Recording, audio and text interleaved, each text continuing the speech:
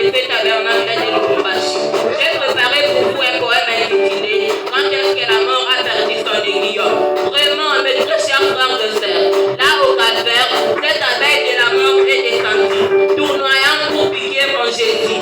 Vous savez comment n'importe quelle abeille, elle a un aiguillon. Mais Dieu avait cette fois, il a préparé une chair. C'était la chair de Dieu lui-même. Quand il a entré cet aiguillon dans ses fils de Dieu, dans grand Emmanuel, quand il s'est retiré, mes amis, il n'avait plus d'aiguillon. Ne soyez pas étonnés que le grand Paul ait dit, où est ton aiguillon? Où est ta victoire? Mais grâce à Dieu, à Dieu qui nous donne la victoire par le Seigneur Jésus-Christ. Que Dieu vous bénisse.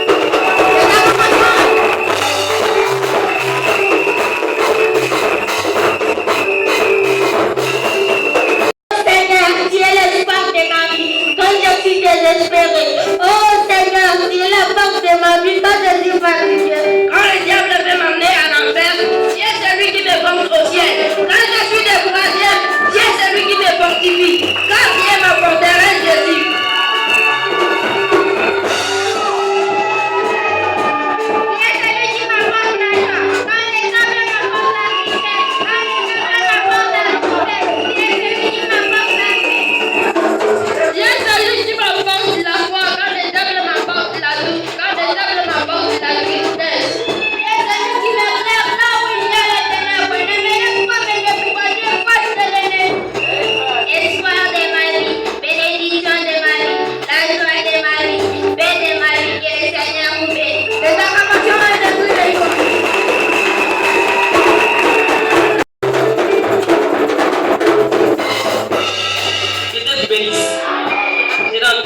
Que Dieu vous bénisse. Ah, on croit que Dieu vous bénisse. Vous êtes content de nous voir aujourd'hui? Est-ce que vous êtes content de nous voir? Attendez pour la gloire du Seigneur. Tout d'abord, avant de commencer, je dois d'abord me présenter. Je suis l'enfant du deuxième niveau à l'école du Charles de Fée. Je réponds au nom de Israël. J'ai un poème intitulé Pourquoi toujours un prophète? C'est une très belle question. Pourquoi toujours un prophète? Un prophète est la bouche de Dieu. Dieu parlait à son peuple à travers un prophète. Comme la Bible le dit dans Amos 3:7. Le Seigneur ne fait jamais rien sur la terre sans avoir révélé ses secrets à ses serviteurs les prophètes. Du temps de Noé, pour exterminer la race humaine, Dieu a parlé à Noé seul. Et pour que les enfants d'Israël sortent de l'Égypte vers la terre promise, Dieu a parlé à Moïse. Et selon Malachie 4:7-6, je cite, je vous enverrai Élie le prophète avant que le jour de l'Éternel arrive. Dieu a parlé à notre prophète William Moyen Banabsel. Dans cette génération, succès, je vous en supplie à connaître que l'heure est-il, car le jugement de Dieu est à la porte. Croyons tous ce prophète Branham et ce message pour être sauvé. Que Dieu vous bénisse.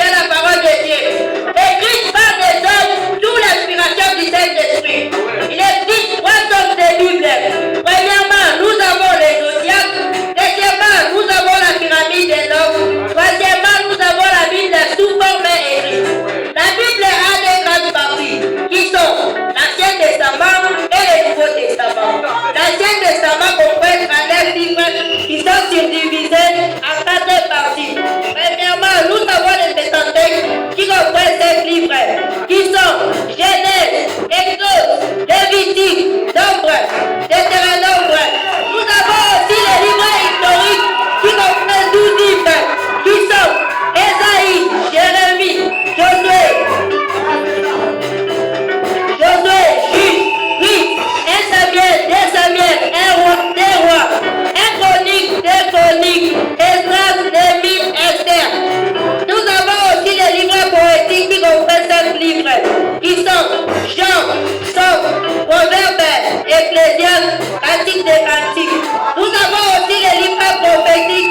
17 livres qui sont Ésaïe, Jérémie, Lamentation, Ézéchiel, Daniel, Osée, Joël, Amos, Abdias, Jonas, Michée, Naoum, Habakkuk, Sophonie, Agé, Zacharie, Malachie.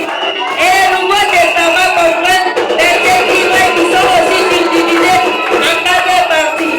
Premièrement, nous avons l'Évangile qui comprend 7 livres qui sont Matthieu, Marc, Luc, Jean. Deuxièmement, nous avons les Actes des Apôtres.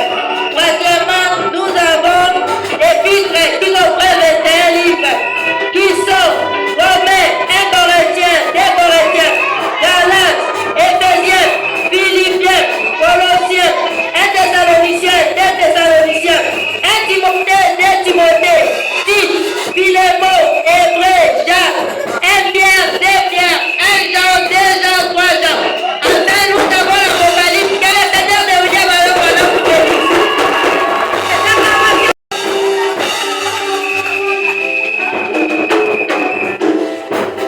Que le Seigneur vous bénisse. Ministère des ministères. Ça a commencé dans une cabane que les petits enfants étaient nés. La colonne de verre est descendue et se posa sur la tête du berceau, là où se trouvaient les petits enfants qui étaient un don sur la terre. Les rouges ont chanté car ils ont vu que cette personne-là qui a disparu il y a 2000 ans, elle est revenue sur qui sont d'abord. L'enfant grandissait sous l'onction protégé par l'âge de l'éternel, car il a été visité des saints descendants. À l'âge de 7 ans, il voit qu'il lui parla dans les bois, ne voit pas, ne vit pas et ne suit pas encore. Car j'aurai une œuvre accomplie avec toi quand tu seras grand. Et dans le livre d'Apocalypse, il nous révèle quelque chose que l'ange donnait le mystère à Jean sur l'île de Patmos. Il est la théophanie de Malachie contre les prophètes, étant donné que les messagers et les messages sont un. Dans la dispensation du Saint-Esprit, donc Dieu est une personne. Ah oui, c'est vrai, vous avez raison.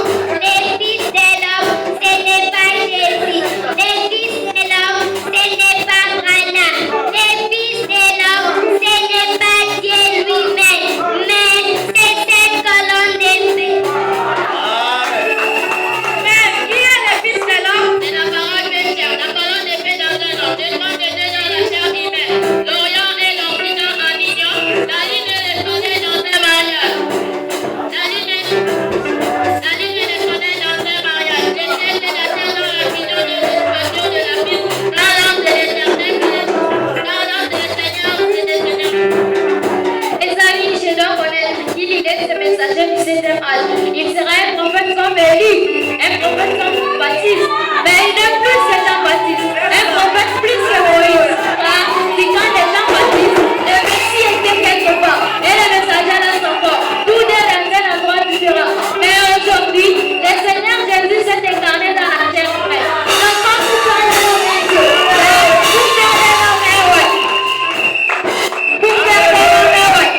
quand du prophète Moïse, Dieu ne pouvait pas placer son nom dans les prophètes de son temps, car il s'entendait le parfait. Mais aujourd'hui, a trouvé un endroit où placer son nom.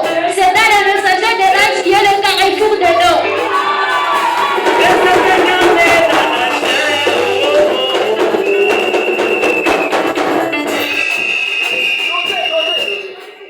Dans le ciel, les signes des zodiaques, les cercles commencent par une vierge et elle va s'achever par un. Voilà le signe du mystère. Jésus-Christ il est venu comme une vierge.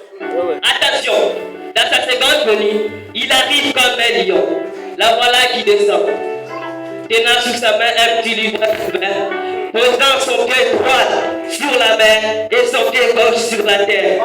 Son visage était comme le soleil et ses pieds comme la colonne de feu. Que Dieu vous bénisse. Oui, mes amis, mystère de mystère. On l'appellera mystère, le messager du 5e âge. C'est un grand mystère, mystère de mystère. On l'appellera mystère, Frère Branham. C'est un grand mystère, c'est un grand mystère. Que le Seigneur vous bénisse. Les acclamations et des cris de joie.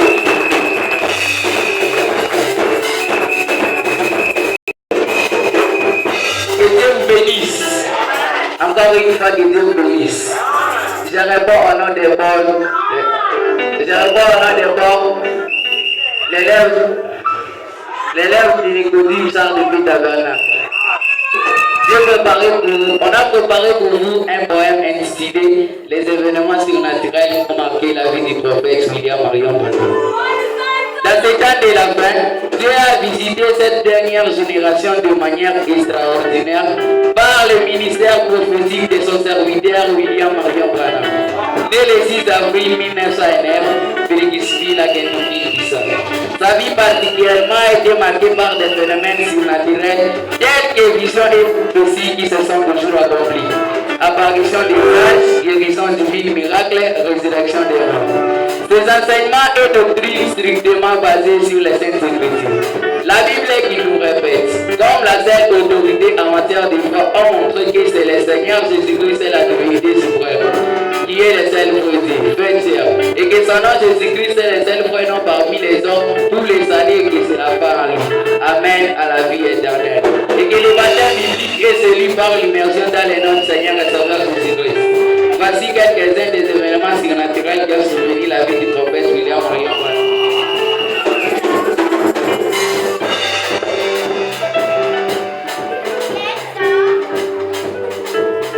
Quels sont les événements surnaturels qui ont marqué la vie du prophète William Marion Branham, mes chers amis?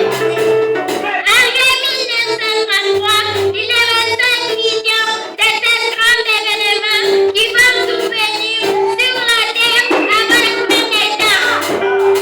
Alors qu'il baptisait la 17e personne dans la rivière Oyo, l'ange du Seigneur lui est apparu et lui dit: comme j'ai envoyé Jean-Baptiste pour préparer ma première venue, Branham est d'abord avec un message pour préparer ma seconde venue.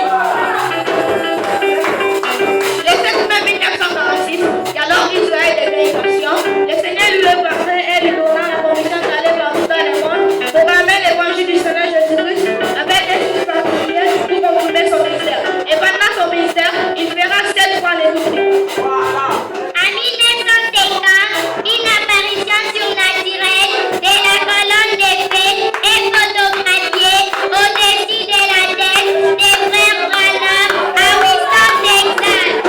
En 1963, cet ange lui apparut dans un signe mystérieux au nord de Dixon et lui ordonna d'ouvrir conformément dans l'Apocalypse 10, 1 à 7. Les 7 sont des 7 mystères cachés dans la Bible, Apocalypse 6, 1 à 7. Des révélations qui